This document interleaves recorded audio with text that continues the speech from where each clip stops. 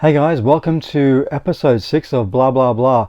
Now, I saw something tonight on a website saying that I think it's in Czechoslovakia, an online store is already taking pre-orders of Metroid Prime 4. We've seen this before on other websites like PlayAsia, I think Oz Game Shop. There's nothing new about that, but what is made the interest in this story is that it's showing a release date of the 30th of October this year. So I don't know how true that is. We've seen this sort of stuff before where games will pop up on websites with release dates, and sometimes it actually happens, other times it doesn't. So I don't know, but it's kind of odd to see this. We haven't heard nothing from Nintendo yet. I know the game's in development, but I don't think it's going to be ready this year. If it is, it'll be super cool, but I don't think it's going to happen this year. I'm thinking probably mid 2021, but we'll just see about that. Now, other news as well. Ratchet Clank 5 apparently has been in development with Insomniac Games for quite some time now, and it's going to be using the Spider-Man engine for that release, and it's going to be released coinciding with the PlayStation 5's release as well, so it's going to be a release title. That could happen. We only saw one Ratchet & Clank game on the PlayStation 5, and we had something like 6 or 7 on the PlayStation 3, and on PlayStation 2 there was about 4 or 5 games. So it's possible. Would it be a game that's going to sell a heap of systems? I don't think so. For me, I'm a massive Ratchet and Clank fan, and I would love that, but it's not gonna entice me to get a PlayStation 5 just with that. Throw in something like Zero Dawn Horizon 2 or Uncharted 5, then yes, please, I'll be in on that. But yes, a bit odd. It's cool that it's going to be another Ratchet and Clank game.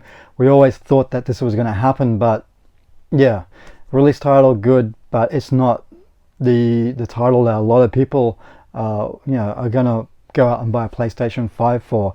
So yeah, we'll see what happens with that one. Now I want to talk about, what does gaming collecting mean to me. I've been collecting for over 30 years now, 31, 32 years I think. The exact date I'm not too sure about, and I've gone through a lot of different consoles and games, sold off systems and games previously, and only to find I'm rebuilding for a Master System, Japanese Mega Drive. I want to do that as well, and other systems. And I'm actually looking at maybe getting a couple of GameCube games. Especially there's a I think there's a Mickey Mouse game.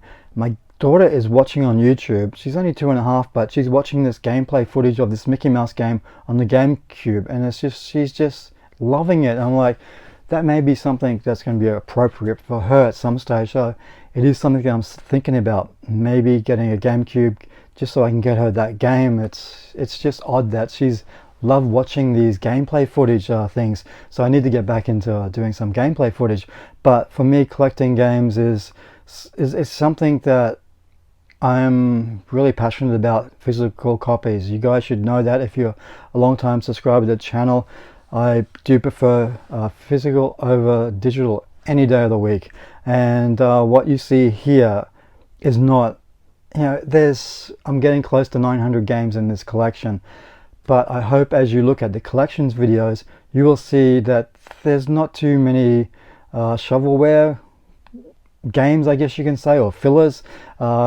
Everything that I have here is something that's, that's a good game. Well, I consider it to be a good game. I've been doing this for over 30 years. I know what's good. I definitely know what's bad. Back in the Master System, Mega Drive, Genesis days, I very quickly learned what was a good game, what was a bad game, and I bought a hell of a lot of bad games over those years, and later, realize what's good, what's bad. It's just personal taste, I guess it comes down to. So for me, collecting is games that I enjoy and I want to play and I want to try and finish, but that's something else I need to realize. close to 900 games in the collection. I need to realize that I am never going to finish every game in this collection, and that's just the reality of it. You know, there's people out there with way bigger collections than me, and we just have to live with the fact that we're never going to finish every game. But at least I know when I come here and I want to pick out a game, I know it's going to be something that's relatively good. It's not going to be, you know, a game on the Master System like E.T., which I've heard is not very good, or stuff like that. It's you know, quality titles, and that's why I guess I pride myself on knowing what I like. And I you know, still to this day I do come across and buy games that are not that great, and when I realize that, I get rid of them. I sell them or trade them in or something like that. But yeah, it still does happen. But you know, just older, wiser, I know what I like and I know what I want to rebuild, and that's what I've been trying to do in 2019, was rebuilding my Master System collection. I did great to start off with, then it sort of dropped off. I had other things to worry about, and it's only now that I'm looking at trying to rebuild this collection of Master System games. And I to this day I'm still surprised that I've come across games in reasonably good condition and sometimes near perfect condition with game manuals, and that's really hard. And it's just amazing to think that after over 30 years from the Master System was released, I can still find games that are in good nick with gaming manuals. And it's just it does amaze me every time I do come across one of those types of games on either the Facebook marketplace or even on eBay, and it's like, yeah, and I can win. I think the most expensive game I got recently would have been about $27. I've been very lucky with you know, how much I've been paying for Master System games, and it's really good to look on Facebook Marketplace where you can actually haggle, do deals, and that's what I did. I got a great deal from somebody, and I was just so amazed that those games still came with manuals. So that was unbelievable. So that's pretty much it for now. I want to just talk about, you know, Metroid Prime 4. Will it happen? Will it be released on the 30th of October this year? We'll see what happens with that. Ratchet Clank 5, a launch title for the PlayStation 5. Nice, but give us more, Sony. We need more than that. We're going to need some heavy hitters if you want us to come out and spend, I think, a lot of money on these new consoles. And Microsoft is, yeah, they've acquired some studios, and we know Hellblade 2 is coming out. If it's going to be a launch title, maybe, I don't know. But yeah, come on, Sony, you need to give us a bit more, you know, cheese to entice us to get the PlayStation 5. And I'm still holding off getting it probably for a year after release. At this stage, throw in Uncharted 5 with Nathan Drake. I'm there. I admit that now. Okay, as I'm putting this video together, I forgot to include a segment that I'm maybe going to be doing every week, like taking a comment of the week and just going with that. I had one really good comment from MBK Silent, who says, "Hey Ken, any chance you could do a video of your honest opinion of Shenmue 3? If not, what are your thoughts on it now that it's been a while since it's come out?" So, okay, so my opinions of Shenmue 3. If you haven't seen my unboxing video of that, I think it was an unboxing video. Then there's going to be a little box on somewhere up above me, I think. But Shenmue 3, here it is here, Shenmue 3. I was very disappointed with the whole Kickstarter thing. I paid $99 for this particular game, and we're seeing limited run to an amazing collector's edition for the same price.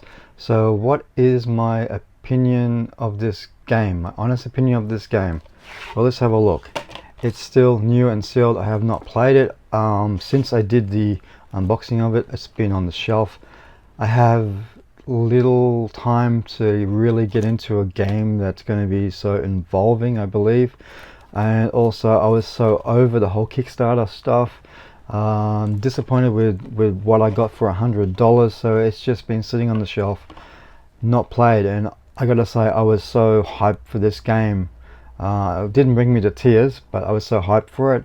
Well, actually it did bring me for tears, I think, when I did the unboxing. But it was something that I was looking forward to, and because of the delays and disappointments with what happened with the Kickstarter thing, I just never got around to unboxing it. So yeah, that's my honest opinions. I haven't played it. One day will I? Maybe, but at this stage I just don't see myself, investing that sort of time into it. It could be a great game. I don't know. I haven't looked at the reviews. But yeah, because of the whole thing with the Kickstarter program for me, I just put it on the shelf, and it's still been sitting there ever since, and it probably will be. So that was a great question. Thanks MBK Silent for the question. So I'm going to probably do this at least once on an episode of blah blah blah. I forgot to do it last night. And then after I filmed it, like, I promised I was going to answer this question on the very next episode. So just splice it in there, and there it is. Yeah, haven't played it, and I don't foresee me playing it anytime soon. So yeah, that's that. Thanks. So hey guys, thanks very much for listening to this. What's your thoughts? What would you like to see on the PlayStation 5? Do you think Metroid Prime 4 is going to be released end of this year? I'm still up in the air about that, but I guess when we see a Nintendo Directive, we'll know more what's happening over the course of this year. I don't think they've done anything yet. There's got to be something coming very soon. So hey guys, yeah, just keep an eye on all that sort of stuff, and I'll see you next time. Bye.